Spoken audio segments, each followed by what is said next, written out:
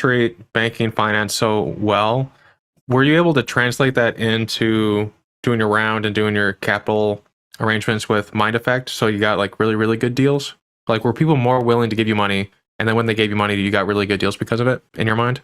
Compared to like when you talk to other startup founders, you're like, wow, why would you accept that? And they're like, well, I didn't know there was a better deal out there. I didn't know you could do this. Well, I hope so, because I'm in the middle of a financing round now. So I'm really hoping that my financial acumen starts showing some value at some point. I think what's useful is projections. All the analytics, financial modeling is all done. And a lot of founders who are brilliant scientists or medical people in my space or engineers in other spaces, that's something that they would find just so painful and difficult.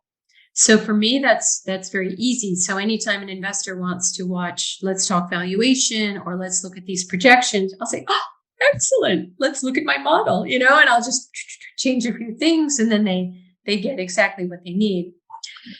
At the end of the day, for a startup, I think being very well organized with your businesses and your finances is important because it shows that you'll be around for the long term.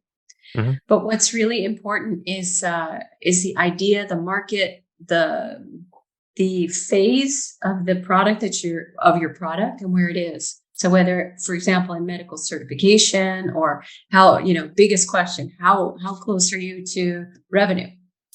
When's first revenue? Where's your MVP? Where's your validation?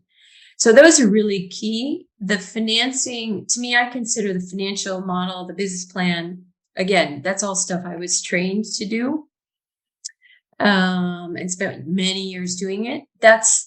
I consider it good housekeeping, but so it really helps. I think what's very interesting for me is running this AI startup, thinking along, again, this 3D element of what can we do with this superpower of the technology that we have?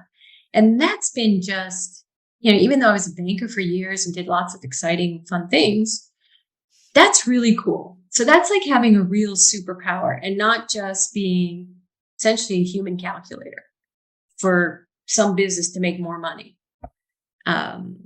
So that's actually a whole new side of myself that I think I always had, but just never used to the right extent.